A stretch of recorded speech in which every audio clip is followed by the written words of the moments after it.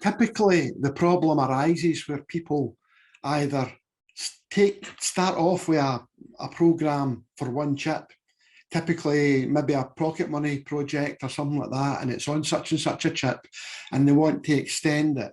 Or they're writing their own thing and they start in one chip, and after a wee while, the chip's not big enough, they have to extend it. And when you extend it, it crashes. You copy the code over and it doesn't compile. And the reason that it won't compile is the PRAGMAs are all different. So what I'm setting out to do is explain what PRAGMAs are. They're a bit daunting, they're a bit confusing, they're a bit upsetting. So we're going to set out to, first of all, explain what they are and what they're about. And then I'm going to show you a few easy ways of doing them, from the trivial to the brutal. And you can pick what level suits you, depending on what you want to do. I'll start with a simple example, a nice easy one that everybody will understand. And as I move on, I'll extend it a wee bit into the more challenging examples. So here's an easy example. Our old pal, the PIC 12F675, a 1K 8-pin chip. We've all used them. It's in all the pocket money kits. Very, very useful wee chip. It's got 1024 memory locations, or 3FF hex, after which it wraps around. If you look at the little bits that I've highlighted in yellow there, programming goes from 000 up. It goes down the way, but it goes down the way to go up. So it goes down up the way to 3FF, and then the next step after 3FF takes you back to 000. It's like getting off one side of the page and coming back on the other again. And it also has what's called Harvard architecture. Now, years ago, when the PICs first came out, the microchip people made a huge deal about the fact that the PICs were Harvard architecture.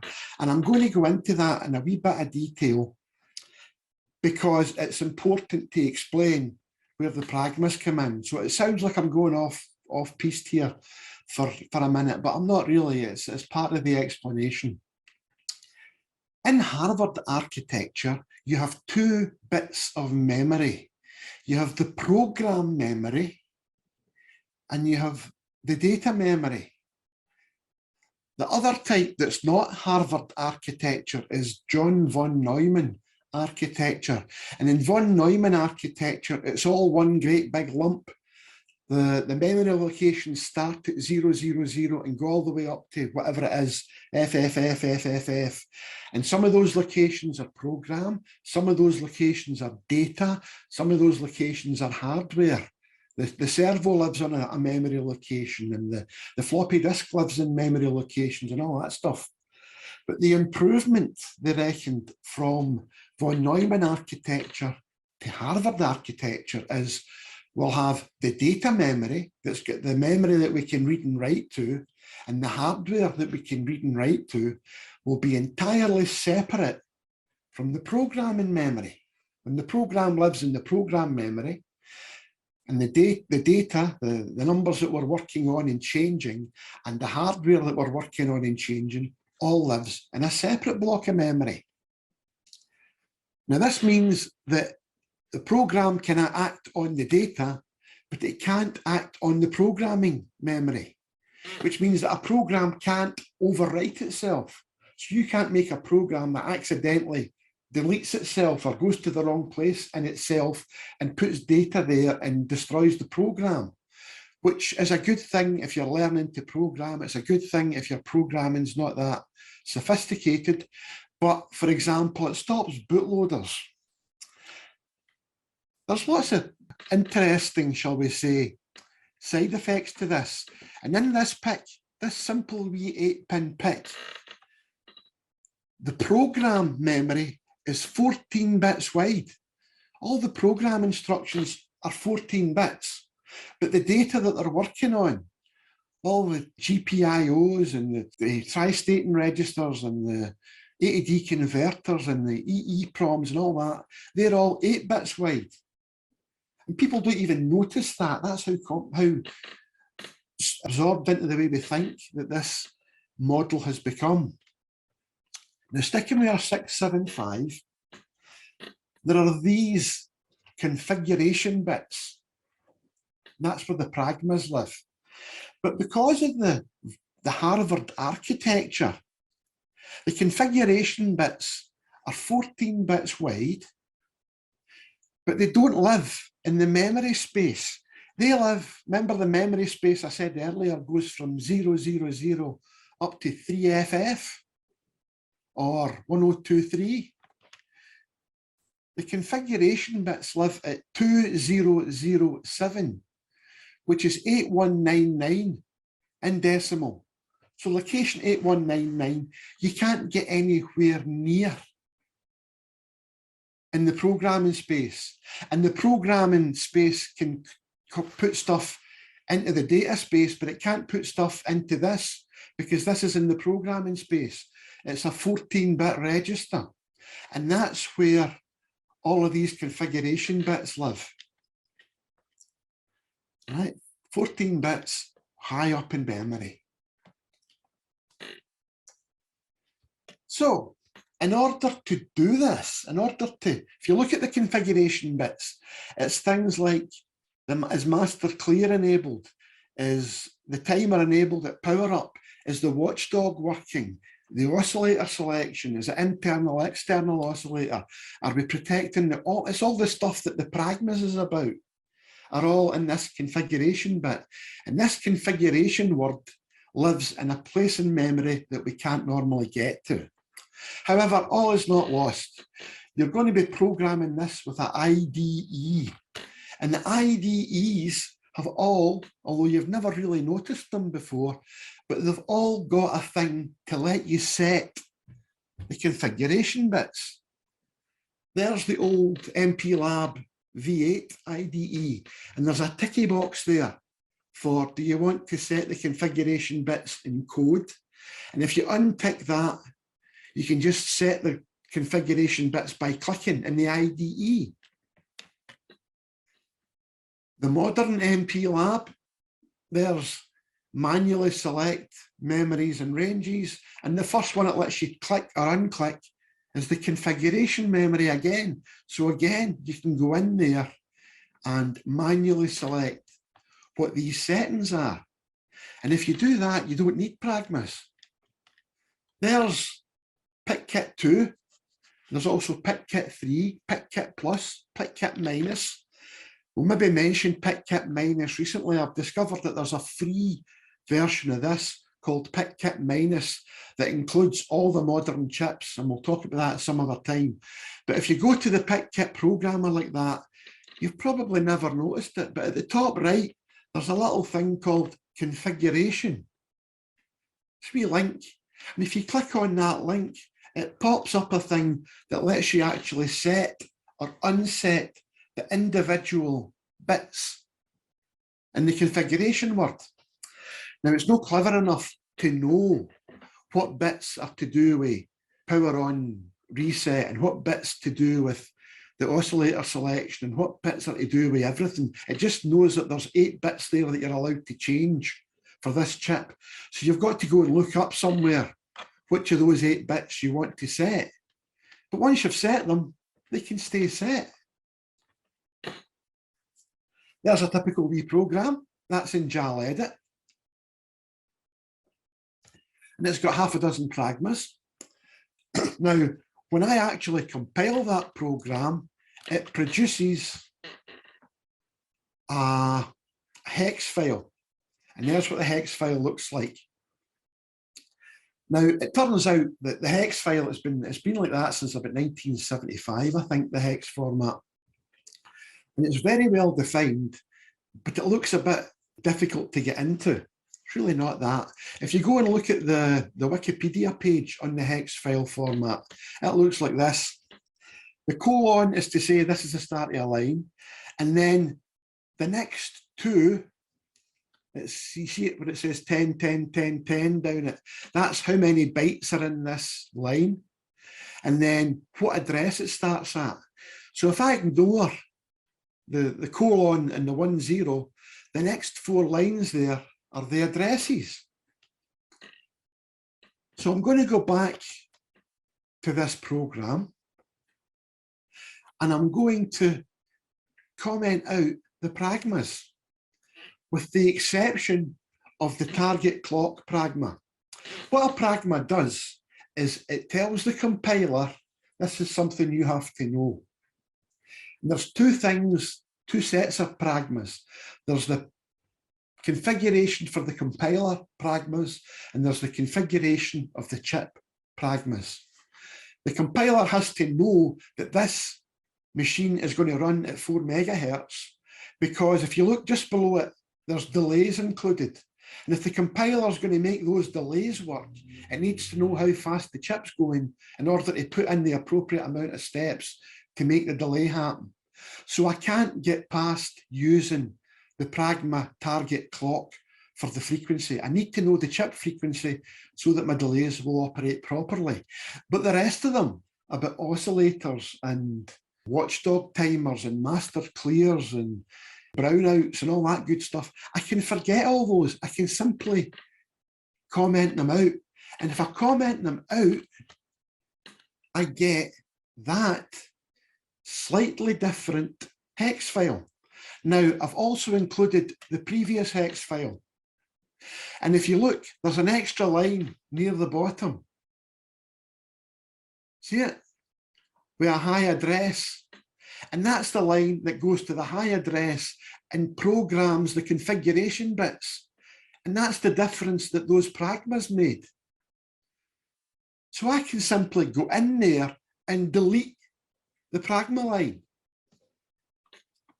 So if the configuration for my machine, if I'm using the same board, let's say I've got a pocket money kit and I'm changing the pocket money kit, but it's the same internal oscillator, the same startup, it's the same circuit, the same electronics on the same board with the same chip.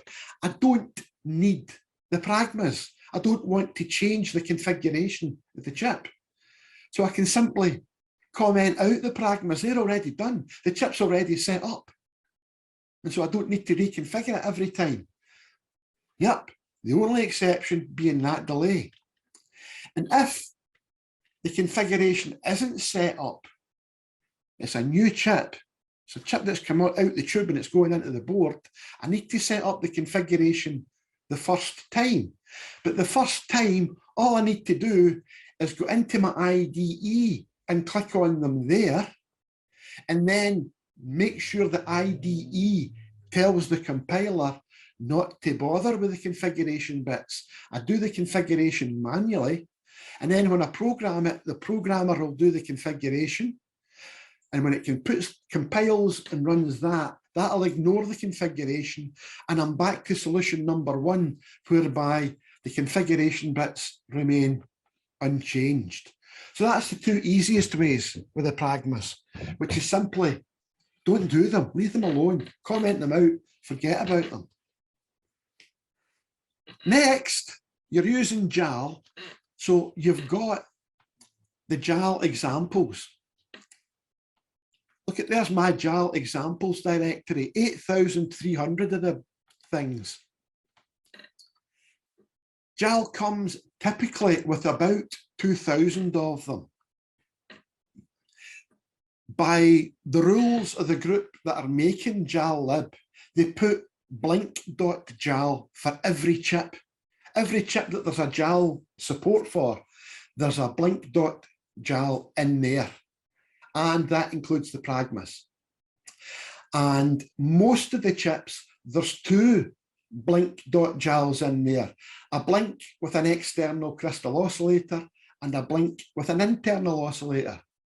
Now, if your chip doesn't have an internal oscillator or it doesn't take an external crystal, then there'll only be one. But typically there's two blinks and two sets of pragmas as an example in every one of those files. So let's have a look at one.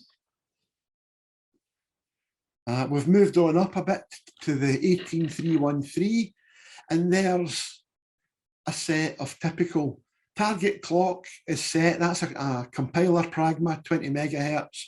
And there's all the pragma targets. And I can simply copy that and paste it into what I'm doing. And it's already on my machine. If I've got JalLib installed, this is in there. It's in C drive JalLib workplace /sample. So I've already got that on my machine. So it's just a matter of going and copying and paste, finding the one for the right chip, copy and paste, and we're away. All right. Yeah, I just put these both up. That there is, as you see, has got the oscillator frequency at 20 megahertz, and it's got the oscillator at high speed. That's a high speed crystal oscillator. And the next one is oscillator off. That's the one for an internal oscillator, 4 megahertz. Target clock is set to 4. As I say, there's typically 2 for every one of these. For every chip that JAL supports, there's 1 or 2 examples in there of how to steal the PRAGMAs. So you just borrow those to suit what you're doing. Furthermore, there's another directory in there called JalLib workplace /tools. And in the tools directory, there's a program called pic2jal.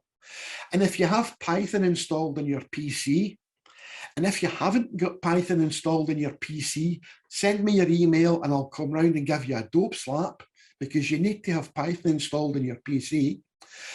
As long as you have, you can use that Python program to create an example for any chip. You can also create an example for any chip with any one of about 200 different peripherals: LCDs, servos, steppers, switches, LEDs, 7 segments, all the standard sort of the usual suspects are in there. And so if you want to make a quick example of using a PIC 16F18324 with an LCD display, you select the chip, you select the peripheral, you run pic2jal, and it generates an example for you, and you're away to the races. So, solution number 4, I've already explained in other places, but I'm going to go through it again because it is a really, really neat trick and everybody should know it. I start with an empty JAL file. I put in the include for the chip that I'm using, and I compile it. And as long as I compile it and I get 0 errors, that means that JAL knows about that chip, that chip is known to JAL, it's compiled. It hasn't said, I don't know where 16F18344 is, so it knows where that chip is. So what I then do is I put my mouse right in the middle of where it says in blue 16F18344, put my cursor in there and right mouse, and on the right mouse there's open file at cursor. And if I open file at cursor, it opens the JAL include file for that chip. And near the top are the PRAGMAs that set up the chip, what CPU type it is, what types of memory bank it is, how the memory is paged. Those are internal technical ones. Those are the ones that I don't want to talk about, I don't want to touch, because if I move or change those, it'll break the chip. It means the compiler will no longer recognize the chip. But if I go further down, you notice those are at lines 45 through to 55. But if I scroll down at line 28, 30 something, there's the PRAGMAs for the configs. For each of the config registers, and there's config 1 lives at 8007, and there's diffuse definitions for PRAGMA OSC, and it can be 0, it can be 7, it can be 6, it can be 5, and there's the PRAGMA for the RST OSC.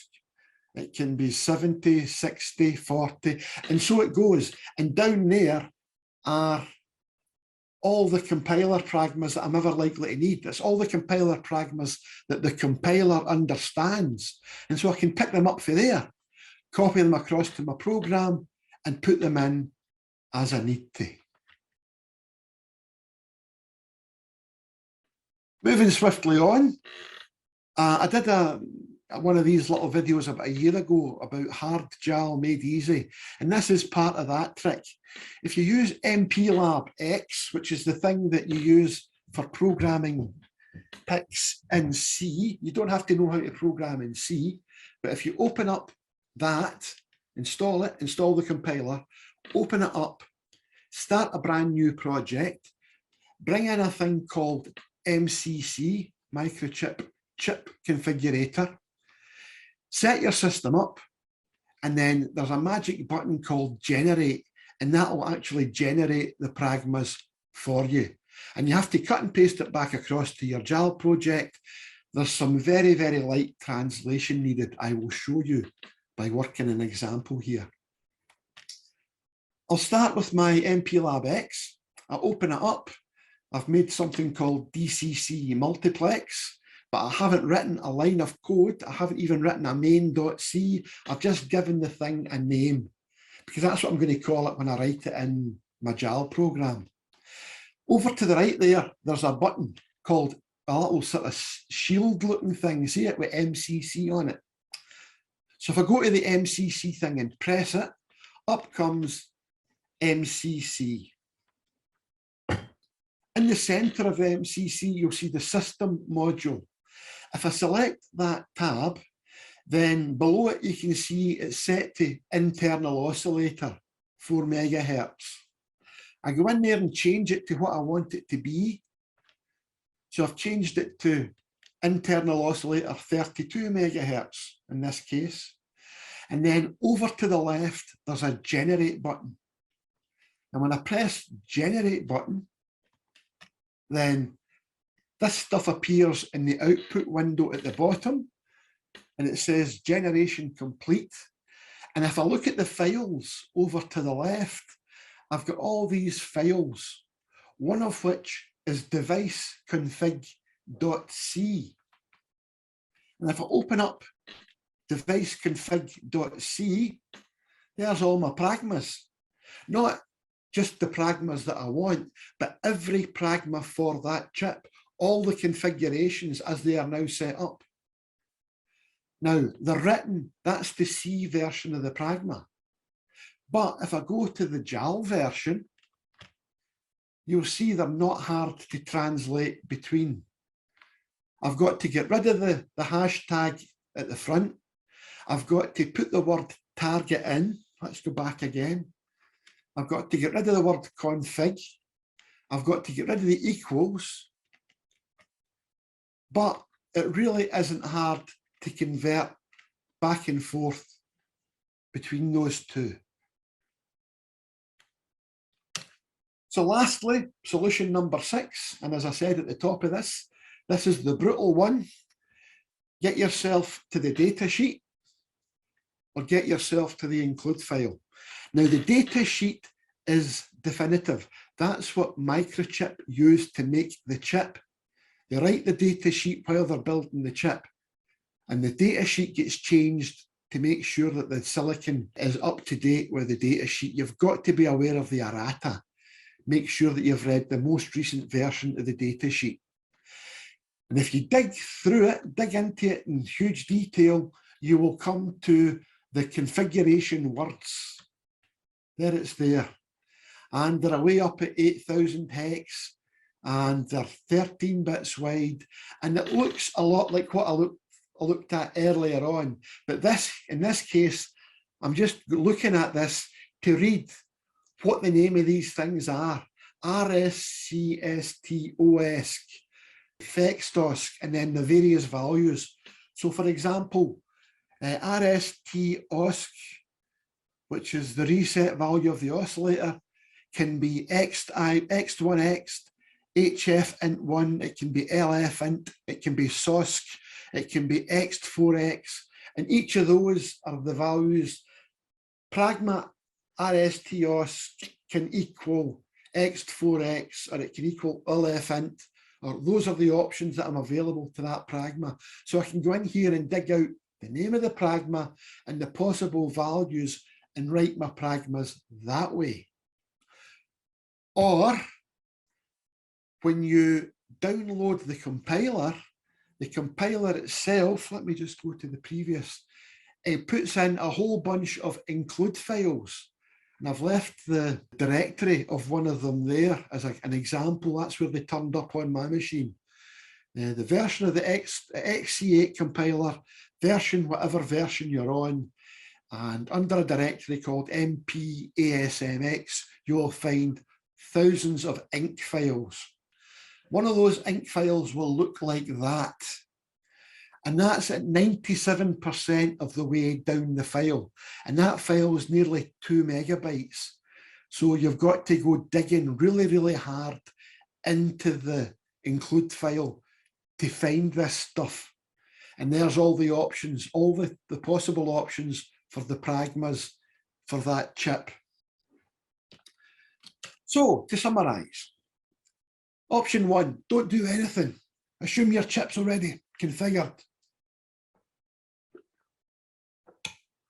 Option 2, the same as option 1, don't do anything, but click the boxes in the IDE to configure your chip and don't do your configuration inside the program.